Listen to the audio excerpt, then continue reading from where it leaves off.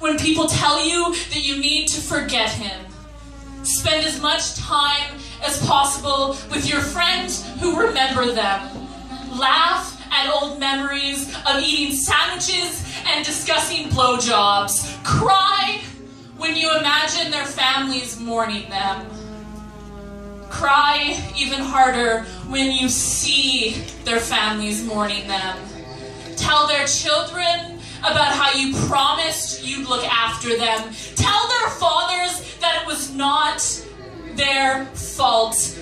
When your 30-something-year-old best friend dies of cancer, do not discuss the corruption of the cancer research industry and how they aren't actually doing anything to help cancer patients when they only research cures that can be patented and profited from. People won't like that.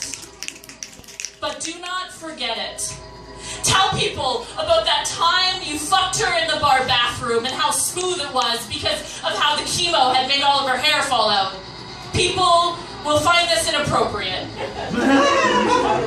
Remind them that she would find it fucking hilarious.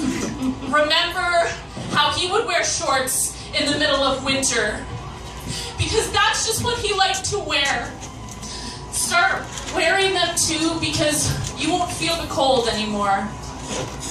Think back to the moment that he told you he was going to shoot himself, and do not regret asking him not to warn you, because despite the fact that it would have been nice to hear his voice one last time, you wouldn't have been able to stop him anyways, and that would just kill you more than the grief does now.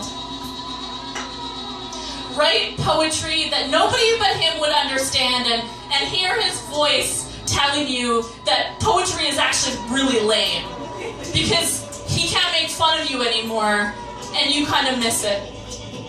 Don't stop going to the restaurants that remind you of him, even if the menus make you cry. Do not be embarrassed when you cry in public. Do not resent the people who do not cry in public. Listen to the music they made until you can recite it note for note. Spend hours awake at night pretending like they were beside you. Spend hours awake at night telling their spirits about how hot your new grief counselor is.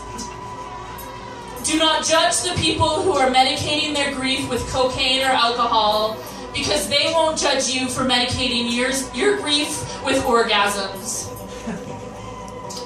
Remember that you could not have stopped them from dying.